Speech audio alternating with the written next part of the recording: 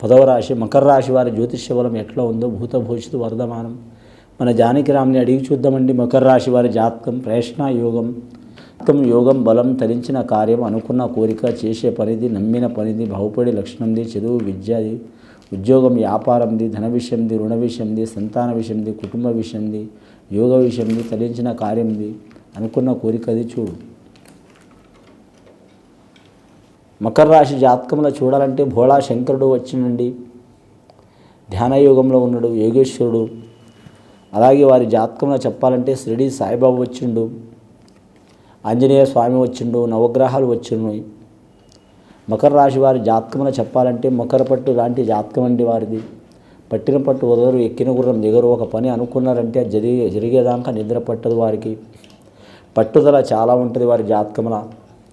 కానీ వారి జ్యోతిష్యంలో చూడాలంటే మాత్రం మకర రాశి వారి జాతకానికి ఎల్లినాటి శని ప్రభావం లాస్ట్ ఘడియలో ఉంది. వారికి మంచి యోగ బలం నడుస్తుంది. నవగ్రహాలు వారికి 7 గ్రహాలు అనుకూలంగా ఉన్నాయి, 2 గ్రహాలు అనుకూలంగా లేవండి.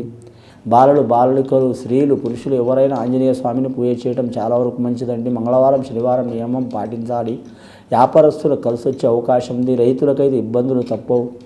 అలాగే వీరి జాతకంలో మాత్రం వేరే దేశం వేరే రాష్ట్రం వేరే ప్రాంతం పోవాలనుకునే వారు ఖచ్చితంగా మంచి ఫలిత యోగ బలం ఉంటుంది.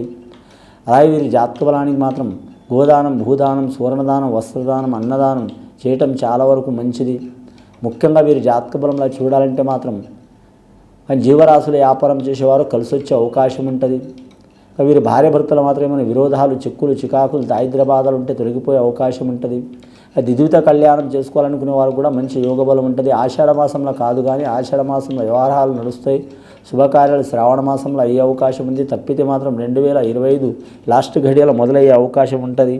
శివుడి ఆజ్ఞ లేనిదే చీమైన కుట్టదంటారు. ఆ శివునికి ఆరాధన చేస్తే వీరి మీద ఉన్న చిక్కులు చికాకులు దారిద్ర్య బాధలు తొలగిపోయే అవకాశాలు ఉన్నాయి. ఇంకా బిల్వ దళాలతో మాత్రం శివుణ్ణి పూజ చేయటం చాలా వరకు మంచిది. ఆంజనేయ స్వామికి ఆకు పూజ చేయటం చాలా మంచిది. తమలపాకు పూజతో సింధూరంతో పూజ చేయటం చాలా వరకు మంచిది. జాతకంలో మల్లెమాల వేసి పూజ చేసినా చాలా మల్లెపూల మాల పూజ చేసినా కూడా చాలా మంచిదండి. ముఖ్యంగా వీరి జాతకంలో మాత్రం తెల్ల జిల్లేడు పూలతో పూజ చేసినా కూడా ఆంజనేయ స్వామికి మంచిది. నవగ్రహాలకి మాత్రం ఖచ్చితంగా 9 వారాలు అంటే 9 శనివారాలు కానీ పూజ చేయటం చాలా వరకు మంచిదండి. నవగ్రహాలకి అంశగల జాతకం ఉంది. ముఖ్యంగా ఈ మకర రాశి వారి జాతకం ఏ నిర్ణయం చేసినా మాత్రం నిదానంగా అవుతుందండి. తొందరపాటు నిర్ణయం తీసుకోవద్దు. నరఘోష అధికం ఉంది. ఈ నరఘోష అధికం ఉన్నందువలన వీరు నిదానం నడవడం మంచిది. తొందరపాటు నిర్ణయాలు తీసుకుంటే ఇబ్బందులు పడే అవకాశం ఉంటుందండి. ఇది విని చూసి ఆచరించే వారికి గొప్ప ఫలితాలు కలుగుతాయండి. మకర రాశి వారికి శుభం భూయాత్.